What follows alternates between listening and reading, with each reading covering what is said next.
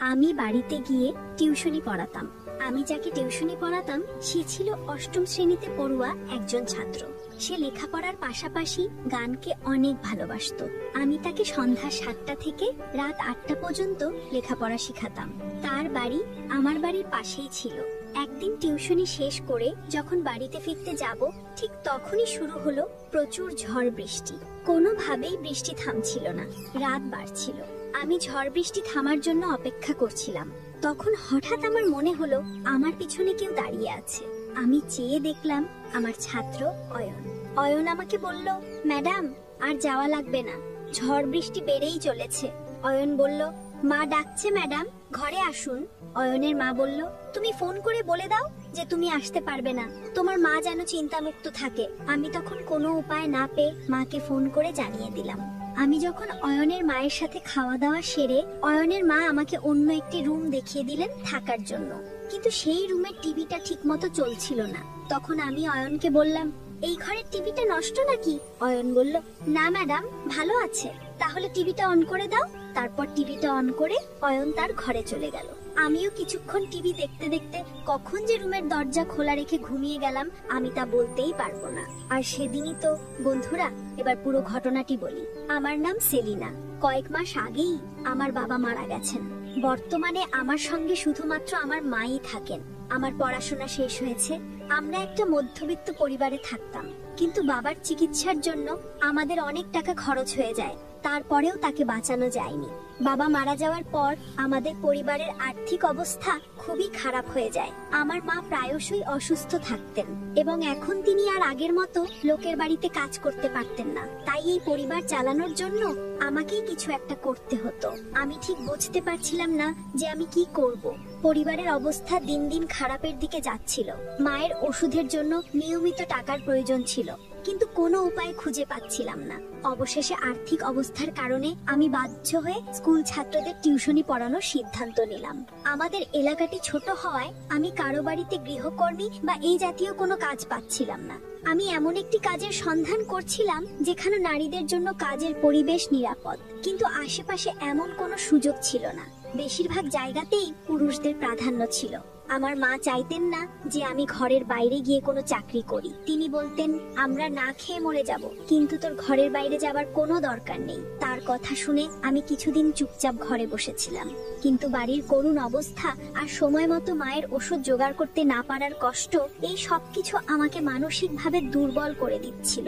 বাবা মারা যাওয়ার সাথে সাথে আমাদের জীবন থেকে সুখ শান্তি যেন হারিয়ে গিয়েছিল। আমাদের এলাকার মানুষগুলো আমাদের মতোই সাধারণ আয়ের ছিল। আমি কাছাকাছি ছেলে মেয়েদের টিউশনি পড়াতে চেয়েছিলাম, কিন্তু এখান থেকে যে পারিশ্রমিক পেতাম তা দিয়ে আমাদের সংসার চালানো সম্ভব ছিল না। আমাদের খরচ ক্রমশ বাড়ছিল। তখন আমার এক বান্ধবী আমাকে পরামর্শ দিল, তুই বাড়ি বাড়ি গিয়ে হোম টিউশনি পড়াচ্ছিস না কেন? অন্যের বাড়িতে গিয়ে বাচ্চাদের পড়ালে তুই আরো বেশি টাকা পাবি। সে আরো বলল, আজকের পরিস্থিতিতে বেশিরভাগ অভিভাবক তাদের সন্তানদের বাড়িতে রেখেই পড়াতে চান। এই কারণে তারা একজন ভালো শিক্ষককে বাড়িতে আসার জন্য বেশি টাকা দিতেও রাজি থাকেন। এই বিষয়ে আরো খোঁজ খবর নিয়ে আমি বাড়িতে গিয়ে পড়ানোর জন্য মনস্থির করলাম।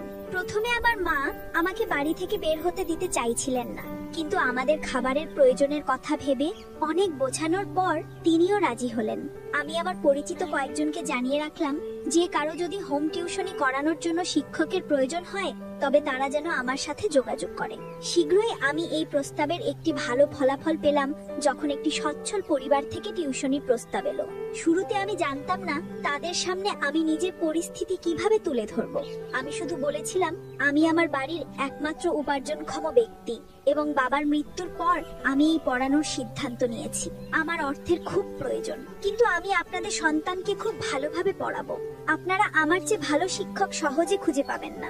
সম্ভবত এটা আমার একটা ভুল ছিল যে আমি আমার দুর্বলতার কথা শুরুতেই তাদের বলেছিলাম। আমার টিউশনি শুরু হলো। আমি দুপুর 2টা থেকে রাত 8টা পর্যন্ত বিভিন্ন বাড়িতে গিয়ে বাচ্চাদের পড়াতাম। আমি মোট 7টি বাড়িতে 1 ঘন্টা করে টিউশনি করতাম। এই বাচ্চাদের মধ্যে একজন ছিল অয়ন, যাকে আমি সন্ধ্যা 7টা থেকে রাত 8টা পর্যন্ত পড়াতাম। সে অষ্টম শ্রেণীতে পড়তো। সে একটু বড় ক্লাসে পড়তো আর বাকিরা সবাই নিচু শ্রেণীতে পড়তো। প্রথম থেকেই অয়ন আমার সাথে কিছুটা অদ্ভুত ভাবে কথা বলতো। সেই বাড়িতে একজন মহিলা ছিলেন, তিনি অয়নের মা। অয়ন ছিল তার একমাত্র সন্তান। অয়নের বাবা একটি বড় হাসপাতালে চাকরি করতেন এবং ডিউটির জন্য তাকে প্রায়শই শহরের বাইরে থাকতে হতো। আমি মনে মনে ভাবলাম এই পরিবারটি বেশ সচ্ছল এবং এখান থেকে আমি একটি ভালো টিউশনি ফি পাচ্ছি যা আমার জন্য সহায়ক হবে। অয়নকে পড়ানো শুরু করার প্রায় 20 দিন কেটে গেছে। হঠাৎ করে আমি লক্ষ্য করলাম আমি যখনই অয়নকে হোমওয়ার্ক দিই তখনই তার খাতার পাতায় গান লেখা ছিল, খুব সুন্দর একটি গান। আমি তাকে বললাম, তুমি গান লিখতে পারো? সে বলল, হ্যাঁ ম্যাডাম, আমি সুন্দর গান কবিতা নিজেই লিখতে পারি এবং গাইতেও পারি।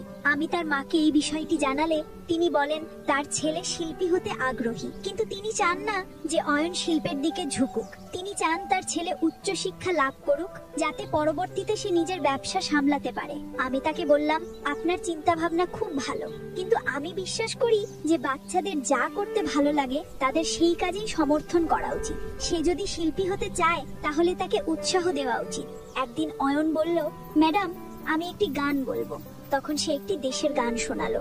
আমি তার গান শুনে মুগ্ধ হয়েছিলাম, কারণ তার গানের গলা ছিল অসম্ভব সুন্দর। তুমি চাইলে তো বড় একজন শিল্পী হতে পারো, কিন্তু আমি জানি তোমার মা সেটা চায় না। আমি একদিন অয়নের মাকে বলেছিলাম, আপনার ছেলের যে প্রতিভা আছে সে তো চাইলে ভালো একজন গায়ক হতে পারে। আমার কথা শুনে অয়নের মা কিছুটা বিরক্তির সাথে বললেন, আমি যতটুকু বলেছি তুমি ঠিক ততটুকুই করো, এর বেশি ভাবতে হবে না।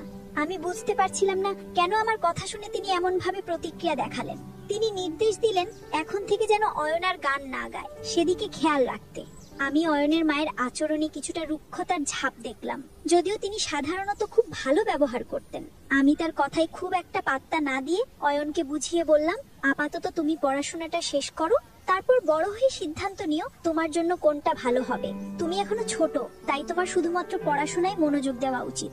অয়ন বেশি কথা বলতো না, হয়তো সে স্বভাবগতভাবেই চুপচাপ থাকতে পছন্দ করত। সেই দিনের পর থেকে আমি তার বই বা খাতায় ওই ধরনের কোনো গান আর দেখিনি। একদিন রবিবার আমি যখন পড়িয়ে বাড়ি যাওয়ার জন্য রওনা হচ্ছি, হঠাৎ মনে হলো পেছন থেকে কেউ আমাকে ডাকলো। পিছনে তাকিয়ে দেখি কেউ নেই, কিন্তু কণ্ঠটা আমার কাছে অয়নের বলে মনে হলো। পরের দিন যখন অয়নের বাড়িতে টিউশন পড়াতে গেলাম, তখন অবাক হয়ে দেখলাম যে গত রাত থেকে অয়নের খুব জ্বর। তার মা আমাকে বললেন অয়নের শরীর ভালো নেই, গত রাত থেকে জ্বর, তাই আজও পড়তে পারবে না। আমি তার মাকে বললাম, আমি কি একবার ওর সাথে দেখা করতে পারি, শুধু ওর স্বাস্থ্যের খোঁজ নেব। এই বলে আমি যখনই ওর ঘরের দিকে যেতে লাগলাম, তখন ওর মা খুব অদ্ভুত ভাবে আমাকে থামিয়ে দিয়ে বললেন, ও এখন ঘুমোচ্ছে, তোমাকে কালকেও আসতে হবে না, 2 দিন পরে সে পড়াবে। অয়নের মায়ের কথাবার্তা আমার কাছে খুবই রহস্যময় মনে হচ্ছিল। আমি চুপচাপ তার বাড়ি থেকে বেরিয়ে এসে ভাবতে লাগলাম, গতকাল পর্যন্ত তো অয়ন ভালোই ছিল, হয়তো আবহাওয়ার কারণে হঠাৎ অসুস্থ হয়ে পড়েছে। বাড়িতে এসে মাকে চিন্তিত দেখে আমার মনে পড়লো আমি মায়ের জন্য ওষুধ আনতে ভুলে গেছি। আমি বাড়ির দরজা থেকে আবার ওষুধের দোকানের দিকে রওনা গেলাম। ওষুধ নিয়ে দোকান থেকে নামার সময় হঠাৎ আমার পা মুচড়ে যায় এবং আমি নিজেকে সামলাতে না পেরে সিঁড়ি দিয়ে প্রায় পড়েই যাচ্ছিলাম। আমি যখন তার সামনে মাথা তুললাম, তখন সামনে যা দেখলাম তাতে আমি অবাক হয়ে গেলাম। আমার সামনে দাঁড়িয়েছিলেন অয়নের মা। এই মহিলাটি তো খুব ধনী পরিবারের, তাহলে তিনি এই ছোট ওষুধের দোকান থেকে ওষুধ কিনছেন কেন? আমি তাকে জিজ্ঞেস না করে থাকতে পারলাম না, আপনি এখানে সবকিছু ঠিকঠাক আছে তো? তিনি কিছুটা রুক্ষ স্বরে বললেন, কেন, আমার এখানে আসতে কোনো বাধা আছে নাকি? আমি পরিস্থিতি সামলে নিয়ে বললাম, না মানে আমি বলছিলাম যে এর আগে আপনাকে এখানে কখনো দেখিনি। আসলে আমি মায়ের ওষুধ নিতে এখানে প্রায়ই আসি। অয়ন এখন কেমন আছে? আমার প্রশ্নে অয়নের মা বললেন, তুমি অনেক কথা বলো, কম কথা বললে তোমার জন্য ভালো। এই বলে তিনি আমার পাশ দিয়ে দ্রুত চলে গেলেন। আমার খুব অবাক লাগলো, এই মহিলা কিভাবে আমার সাথে এভাবে কথা বলতে পারলেন? এর আগে তিনি আমার সাথে খুব ভালোভাবে কথা বলতেন, কিন্তু গত 2 দিন ধরে তার আচরণ আমার সাথে খুব অস্বাভাবিক হয়ে উঠেছিল। যাই হোক, আমি আমার বাড়িতে চলে এলাম। বাড়িতে এসে মা আমাকে চিন্তায় মগ্ন দেখে জিজ্ঞেস করলেন, কি হয়েছে সেলিনা, কিছু হয়েছে? আমি বললাম, না মা, কিছু না। আমি যে ছেলেটিকে টিউশনি পড়াই, এইমাত্র তার মাকে ওষুধের দোকানে দেখলাম। আমার সাথে তার কথাবার্তা খুব কঠোর ছিল। আমি জানি না বড় লোকদের এমন অহংকার কেন হয়। মা আমার দিকে তাকিয়ে বললেন, এটাই তো বড় লোকদের স্বভাব রে মা, বড় মানুষগুলো এমনই হয়। একবার টাকার মোহে পড়লে তারা সম্পর্কের মূল্য ভুলে যায়। আমি মাকে বললাম, আমি জানি মা, টাকা খুব শক্তিশালী, কিন্তু মনে হয় অন্য কেউ যদি তাদের সন্তানের প্রতি মনোযোগ দেয় বা তাদের জন্য ভালো চিন্তা করে, সেটাও তারা সহ্য করতে পারে না। আমার মা হেসে বললেন, এই একই কথা তো আমিও তোকে বোঝানোর চেষ্টা করছি। এই ধনী লোকেরা গরিবদের সাথে প্রায়শই এমন কঠোর আচরণ করে।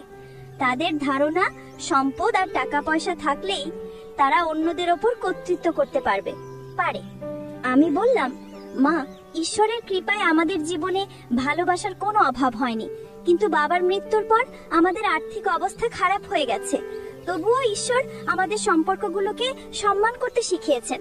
মা হেসে বললেন, ঠিক আছে, এখন বিশ্রাম কর, আমি তোর জন্য খাবার নিয়ে আসছি, তুই নিশ্চয়ই ক্লান্ত। এভাবেই সময় কাটছিল। শনিবার যখন আমি অয়নকে পড়াতে গেলাম, দেখলাম তার পড়ার প্রতি কোনো মনোযোগ নেই। আমি কিছুটা কঠোর স্বরে বললাম, কি করছো তুমি? পড়ালেখায় মন নেই কেন? আমি তোমাকে এতক্ষণ ধরে একই প্রশ্ন করছি, আর তুমি আমার কোনো প্রশ্নের উত্তর দিচ্ছ না কেন? অয়ন নিচু স্বরে বলল, ম্যাডাম, আমি কোনো উত্তর দিলে কি আপনি বিশ্বাস করবেন? কিন্তু সেটা বলা আমার জন্য ঠিক হবে না। আমি অয়নকে বললাম, অয়ন, তোমার কথার মানে কি? আর তুমি এত ঘুরিয়ে কথা বলছো কেন? তুমি শুধু পড়ালেখায় মনোযোগ দাও। তুমি কি বলছো আমি কিছুই বুঝতে পারছি না। যা বলার আমাকে সহজ ভাষায় বলো। তখন অয়ন আমাকে বলল, আমি আপনাকে কিছুই বলতে চাই না, আজকের জন্য এইটুকুই যথেষ্ট। আমি ক্লান্ত ম্যাম, বাকি পড়া কাল শেষ করব। আমি বললাম, অয়ন, কিন্তু তোমার বাড়ির পড়া এখনো শেষ হয়নি। তাতে অয়ন দৃঢ় স্বরে বলল, আমি তো আপনাকে বলছি আজকের জন্য এইটুকুই যথেষ্ট। আপনি আমার সাথে এত তর্ক করছেন কেন?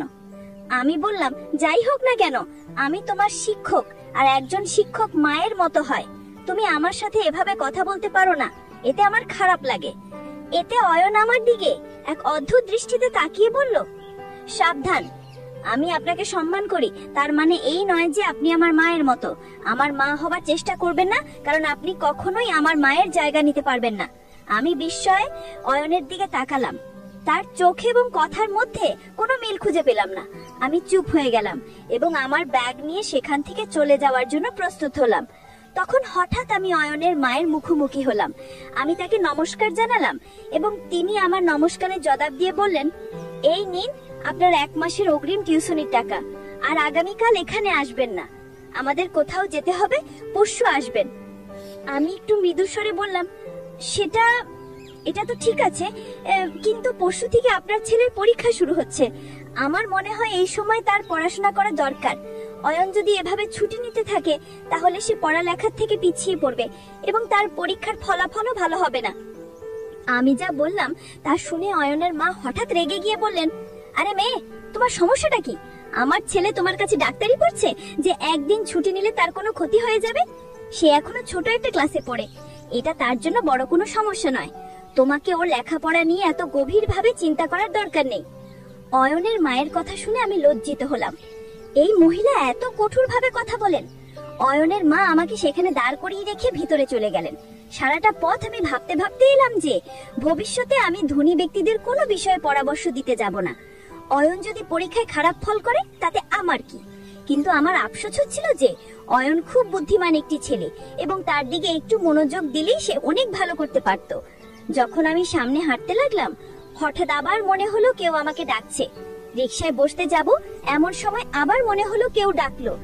এই ডাকে আমার মনের ভেতরটা কেঁপে উঠল। আমি রিকশা থামিয়ে এদিক ওদিক তাকালাম, কিন্তু কাউকে দেখতে পেলাম না। কেন জানি বারবার মনে হচ্ছিল কেউ আমাকে অনুসরণ করছে।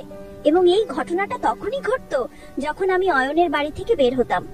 হয়তো আমার মা বাড়িতে আমার জন্য অপেক্ষা করছিলেন এবং রাত হয়ে যাওয়ায় আমার এমনটা মনে হচ্ছিল, কিন্তু আমার মন শান্ত হচ্ছিল না। এভাবেই আমার জীবন চলছিল। হঠাৎ আমার জীবনে এমন একটা ঝড় এলো যা আমি কখনো কল্পনা করিনি। পরের দিন যখন আমি অয়নের বাড়িতে গেলাম, সেখানে একজনকে বসে থাকতে দেখে আমি কিছুটা থমকে গেলাম। লোকটা আমার দিকে খুব অদ্ভুতভাবে তাকাচ্ছিল। আমি আগে তাকে কখনো দেখিনি। আমাকে চিন্তিত দেখে অয়ন আমাকে বলল, ম্যাডাম, ইনি আমার বাবা। তিনি বেশিরভাগ সময় হাসপাতালের জন্য অন্য শহরে থাকেন। এই কথা শুনে আমি কিছুটা স্বস্তি পেলাম। আমি অয়নকে পড়াচ্ছিলাম, এমন সময় হঠাৎ ওই লোকটি ঘরে প্রবেশ করে আমাকে বললেন, হ্যালো, আমার ছেলে আপনার কথা ঠিকঠাক শুনে তো? আমি ওর প্রোগ্রেস রিপোর্ট দেখেছি, ওর নম্বর বেশ ভালো। আপনি সত্যি আমার সন্তানকে খুব ভালোভাবে পড়াচ্ছেন। আপনাকে ফি দিয়ে আমাদের অর্থ সঠিক কাজেই ব্যয় হচ্ছে। লোকটির কথার জবাবে আমি বললাম, হ্যাঁ, আপনি ঠিক বলেছেন, আমি আমার দায়িত্ব পালন করার জন্যই পারিশ্রমিক নেই। কিছুক্ষণের মধ্যেই অয়নের মা ঘরের ভিতরে এলেন। যাই হোক, পরের দিন আমি অয়নকে তাদের বাড়িতে পড়াতে গেলাম। তারপর যখন আমি ফিরবো, ঠিক তখনই প্রচুর ঝড় বৃষ্টি শুরু হতে লাগলো। বাইরে প্রচুর বৃষ্টি হচ্ছে। আমি কোনোভাবেই বাড়িতে যেতে পারছিলাম না।